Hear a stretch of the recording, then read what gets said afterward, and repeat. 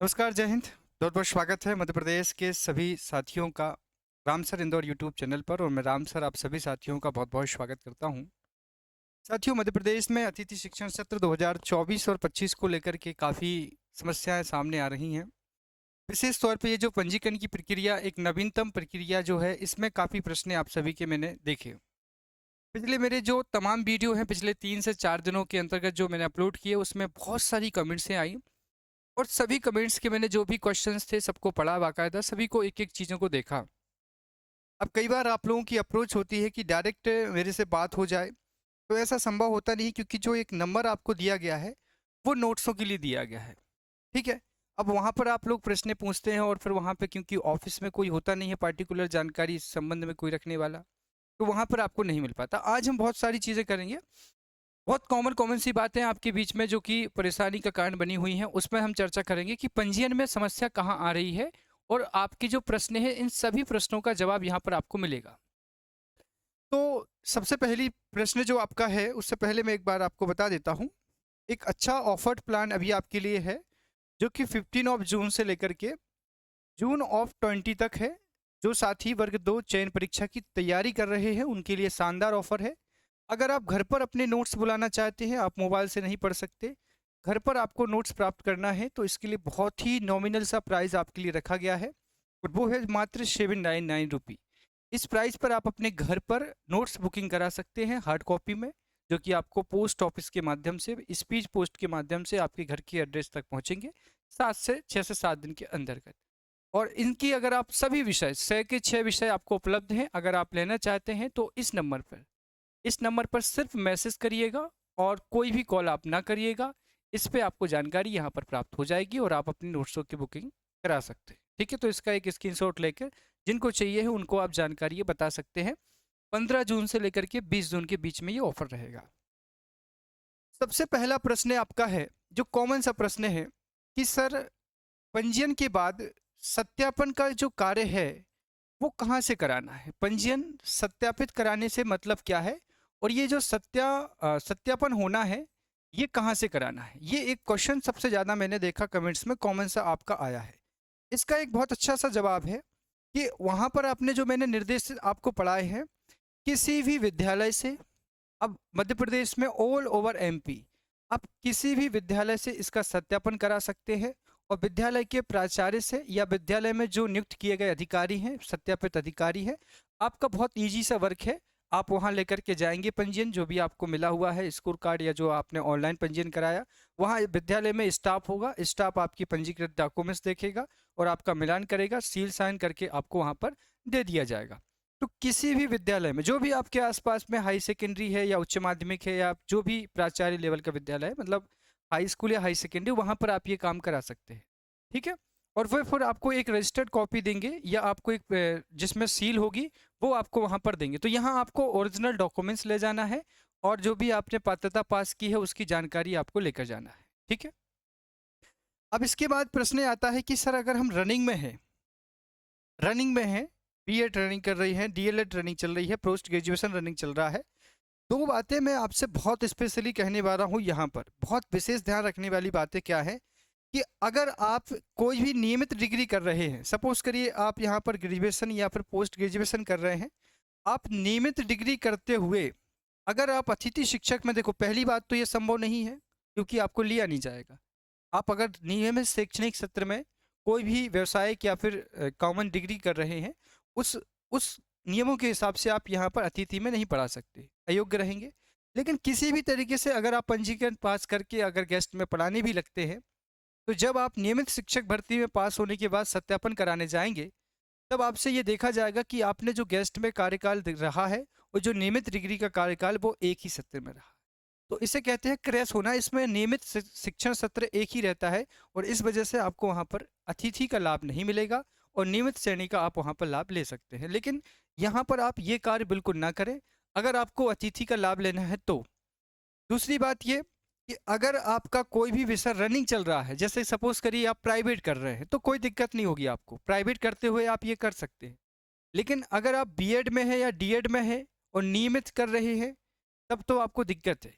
और अगर आप प्राइवेट बीएड डीएड कर रहे हैं और यहाँ पर फोर्थ सेम में है, एक वर्ग 2 में और वर्ग 1 में जो भर्ती हुई थी उसमें ऐसा कहा गया था कि एटलीस्ट आपका सेकंड सेम कवर होना चाहिए। तो अगर आपका द्वितीय सेम या सेकंड सेम कवर हो चुका है, कंप्लीट हो चुका है, तो आप गेस्ट के लिए पंजीकरण करा सकते हैं। बीएड वाले या डीएड वाले जो साथी हैं, पर वह शर्तें आप वहाँ प्राइवेट डिग्री कर रहे होंगे, ना कि रेगुलर डिग्री कर रहे होंगे। इस बात का आपको विशेष यहाँ ध्यान रखना होगा, तभी आप इसके लिए योग्य रहेंगे, योग्य रहेंगे। ठीक है, तो नियमित डिग्री वाले यहाँ कुछ भी अभी कुछ भी ना करें, अपनी आप नियमित डिग्री पूरी कर लीजिए, फिर अगले सत्र में कराना। और जो प्राइवेट कर रहे हैं वो करा सकते हैं अगर आपका सेकेंड ईयर कंप्लीट हो चुका है तब, बीएड का और पोस्ट ग्रेजुएशन का। ठीक है, अब ये तो चलिए ठीक है सर, पंजीकृत की जानकारी रही। अब ये जो प्रश्न है बहुत ज़्यादा पूछा जाता है कि सर जानकारी कैसे पता चलेगी किस जगह पर पोस्ट खाली है और किस विषय की पोस्ट खाली है। ये जानकारी कि किस विषय की पोस्ट खाली है और किस जगह ये रिक्त पद है, ये जानकारी हमें कहाँ पर प्राप्त होगी, किस विद्यालय में या किस विषय और विद्यालय में। देखिए मैं आपको बता देता हूँ, पंजीयन का कार्य जो हो रहा है वो 15 जून तक लास्ट डेट है। आप सबको पता है 15 जून, 15 of June is last date for the पंजीयन। ठीक है, रजिस्ट्रेशन। इसके बाद 17 जून से आपका होगा सत्र शुरू। तो 17 जून से अब यहाँ पर दो चीज़ें आप सुन सकते हैं।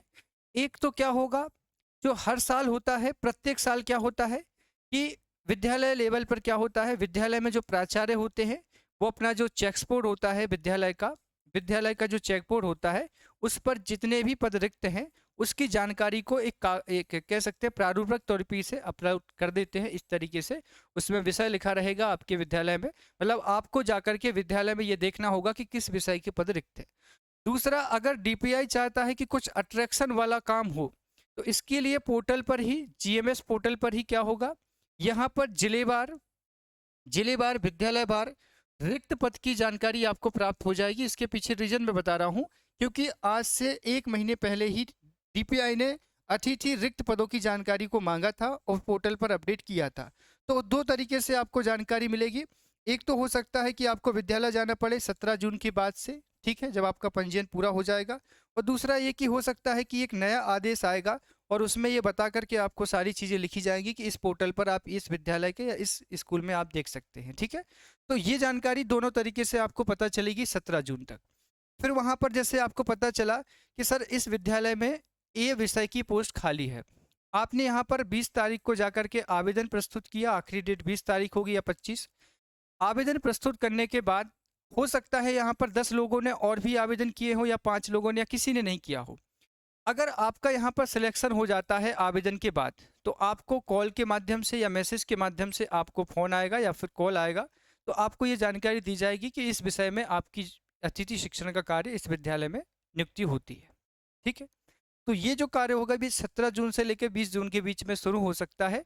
20 जून से 25 जून तक आवेदन मंगाए जाएंगे और 25 जून से लेकर 1 जुलाई के बीच में आपको ये फ़ोन कॉल मैसेज या जो भी होगा, या हो सकता है कि वो अपने ही वहाँ पर स्कूल के चेक बोर्ड पर ये लिख देंगे कि इन विद्यार्थी या इन शैक्षणिक कार्य के लिए आपका यहाँ पर कार्य हो चुका है।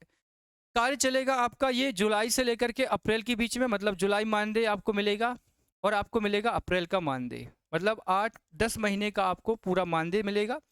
ठीक है, ये ध्यान रखिएगा, पूरा 10 महीने का आपका ये कार्यकाल होगा। वर्ग 1 में अगर आप पढ़ाते हैं तो आपको 18,000 रुपये है, वर्ग 2 में आप पढ़ाते हैं तो 14,000 रुपये है, और अगर आप वर्ग 3 में पढ़ाते हैं तो 5,000 रुपये है पर मंथ। ये आपकी सैलरी आएगी यहाँ पर, है ना। अब एक बात और सबसे ज़्यादा कॉमन सी पूछी जा रही है कि सर जो पंजीयन है, पंजीयन वेरीफाइड होने के बाद हमें क्या करना पड़ेगा। तो पहला काम, आप जो पंजीयन करा रहे हैं, डॉक्यूमेंट्सों की जानकारी भरा रहे हैं, यहाँ पर पात्रता पास अगर आप हैं, स्पेशली मैं आपसे कहूँगा तो पात्रता जानकारी को बिल्कुल भी इग्नोर मत करिएगा आप, क्योंकि जो पात्रता पास आप हैं तो उसी बेस पर आपको लिया जाएगा। क्योंकि यहाँ पर सीधी सी बात है कि जो जितना योग्य होगा उसे उतनी प्राथमिकता दी जाएगी। क्वालिफिकेशन से अगर आप योग्य हैं तो आपको प्राथमिकता दी जाएगी, अगर आप पात्रता या एलिजिबिलिटी टेस्ट पास है तो योग्यता आपकी आगे बढ़ेगी, या आपके पास में अनुभव है तो जो अनुभव ले चुके हैं अतिथि शिक्षक वो पूरा अनुभव अपने स्कोर कार्ड पर अपडेट कराएं और उसको अनलॉक करा करके। और अगर आपने पात्रता पास कर ली है, चाहे किसी भी वर्ग की हो, वर्ग 1, 2, 3 की, तो उसकी भी जानकारी आप अपडेट कराएं। अब एक सबसे बड़ा क्वेश्चन आ रहा है कि सर प्राचार्य और संकुल वाले जो टीचर है वो हमें अप्रूवल नहीं दे रहे हैं, वहाँ पर बड़ी समस्या हो रही है, कोई भी पंजीकरण नहीं कर रहा है।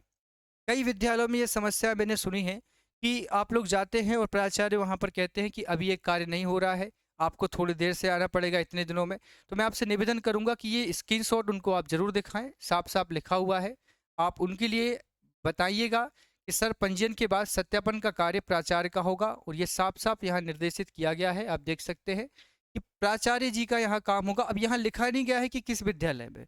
प्रदेश के 52 जिले में जितने भी प्राचार्य हैं, संकुल प्राचार्य हैं, आप जाकर के सभी जगह, ठीक है, तो मूल दस्तावेजों से मिलान करके जानकारी सत्य पाए जाने पर पोर्टल से ऑनलाइन सत्यापित करेंगे। और अगर आपका ये सत्यापन नहीं होता है, ध्यान रखना, तब आप पंजीकृत अभ्यर्थी भी नहीं माने जाएंगे।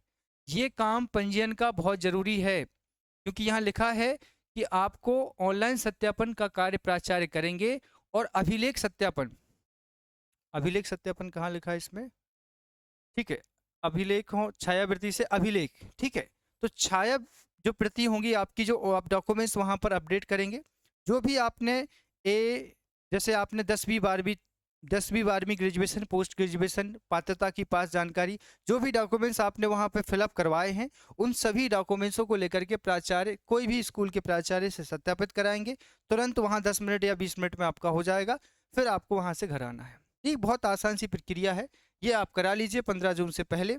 अभी भी अगर कोई प्रश्न है आपका, इसके अलावा भी अगर आपका कोई प्रश्न रह जाता है, ठीक है, तो मुझे आप कमेंट में पूछ लीजिए। दूसरे राज्य के जो साथी हैं उनको यहाँ मौका नहीं मिलेगा, क्योंकि ये मध्य प्रदेश की व्यवस्था है, मध्य प्रदेश के अभ्यर्थियों के लिए लागू है।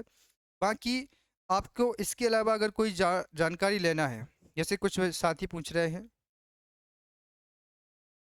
ठीक है, नहीं, अदर स्टेट के कैंडिडेट यहाँ पर अवेलेबल नहीं होंगे। आवाज़ की थोड़ी सी समस्या हो सकती है, क्योंकि अभी टेक्निकली प्रॉब्लम चल ही रही है, तो थोड़ा कोऑपरेट करिएगा, ठीक है। तो इसके अलावा अगर आपकी कोई भी विशेष जानकारी है तो वो आप कमेंट कर दीजिए। अगला वीडियो हो सकता है, अगर समय मिला तो मैं ज़रूर आपके बीच में लाऊंगा, ठीक है। तो बहुत बहुत शुक्रिया जुड़ने के लिए, आपको इस वीडियो को यहाँ तक देखने के लिए। ये ऑफ़र की जानकारी मैं आप सभी को बता चुका हूँ। इसका आप एक स्क्रीनशॉट लेकर के जो भी जानकार है जिनको वर्ग 2 चयन परीक्षा की नोट्स लेना है, वो संपर्क कर सकते हैं साथियों। बहुत बहुत शुक्रिया, बहुत बहुत धन्यवाद। जय हिंद, वंदे मातरम। 15 जून से पहले पंजीयन जरूर कराएं। Thank you so much, take care, bye bye, बहुत बहुत धन्यवाद।